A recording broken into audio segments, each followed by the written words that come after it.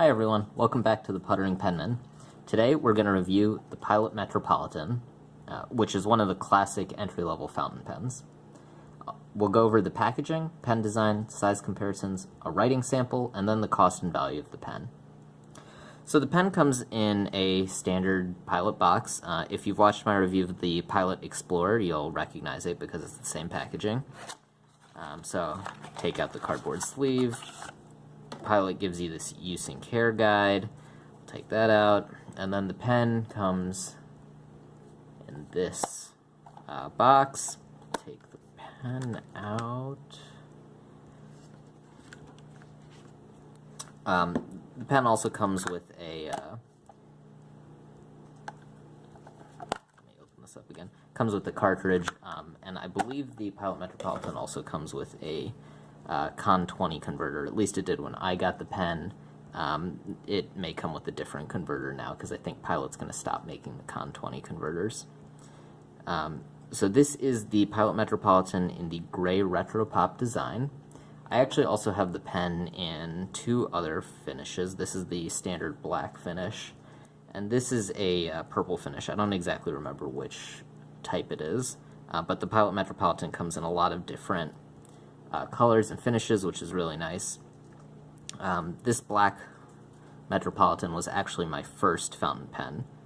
And so we'll go over the design. It's sort of a cigar-shaped design where the ends are a little narrower than the middle, where the pen is a little fatter. You have a silver clip here on the pen. One side it says Japan. The other side it says Pilot. The clip's like a silvery chrome color.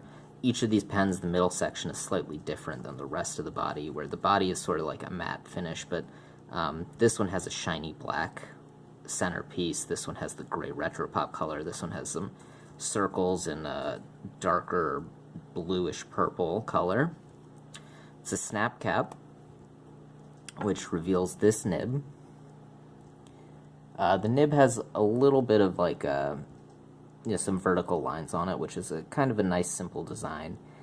It also says Pilot and Fine Japan on it. If this pen right here, which I'll use for the writing sample, is actually a medium nib, and so you can say that it says an M there instead of an F.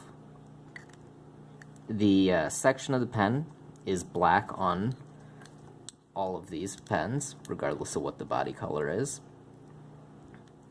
And the section is a pretty good size. It's comfortable to hold. I like that it tapers out toward the nib. If you hold the pen out pretty far back, this step may bother you. I hold my pen closer to the nib so it doesn't bother me.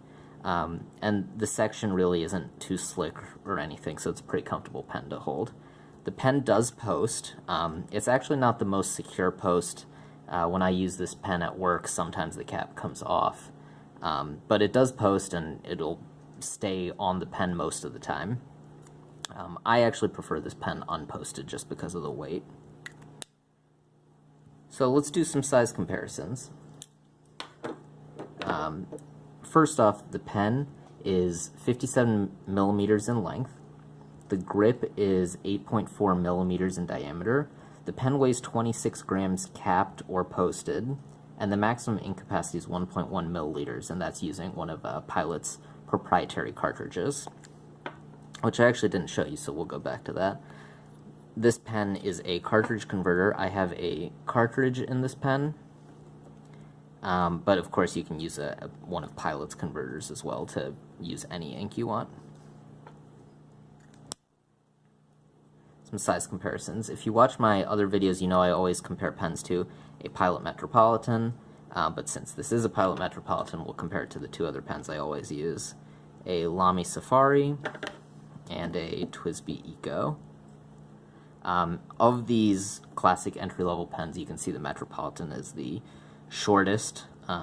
It's also probably the heaviest because this one's made of metal and the other two are made of plastic.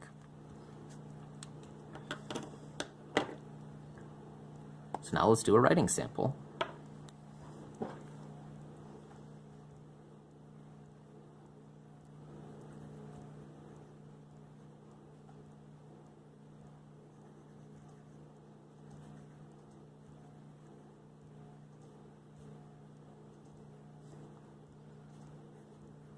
This is the Retro Pop Gray finish. The ink today is Pilot Black, which is out of a cartridge like I showed you earlier. This is a steel nib, this particular one being a medium. And as always, the paper is a Rhodia A4 dot pad. Excuse me, not a dot pad, just a lined pad.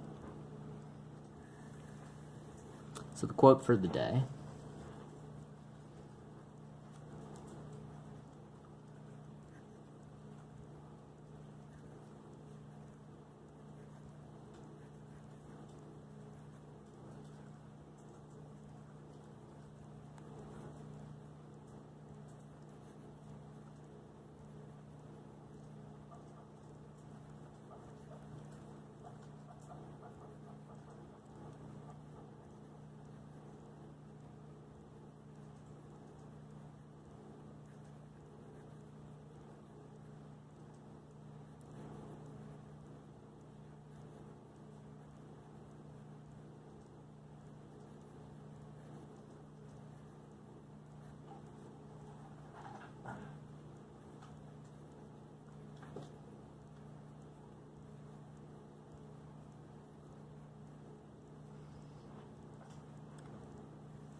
Okay, so let's talk about the writing qualities of this pen.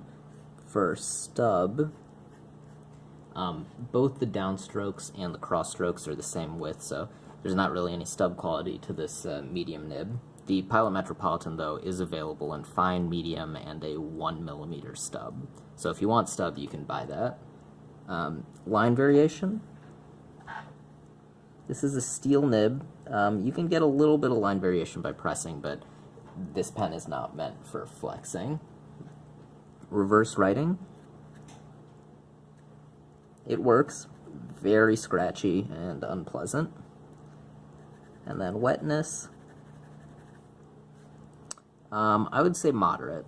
It's not too dry. It's certainly not very wet. Okay, so let's talk a little bit about this pen.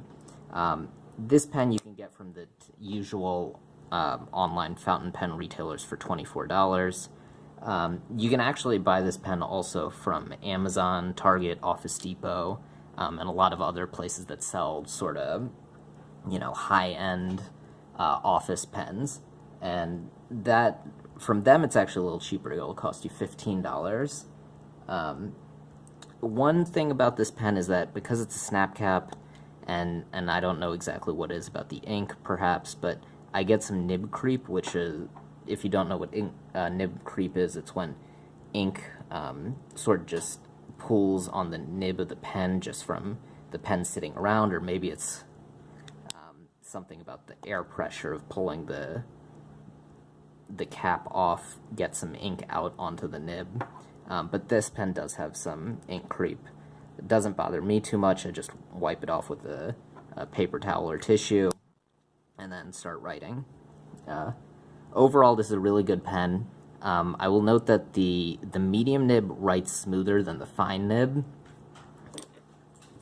These two colors here are both fine nibs, and they're a little scratchier than this medium nib, which actually writes pretty smooth for a like a $25 pen.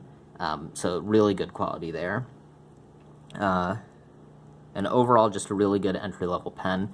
This is a pen I sometimes take to work with me in a rotation of other less expensive pens I use, and it writes really well. I really like it. It's easy to clean with the convenience of Cartridge Converter pen.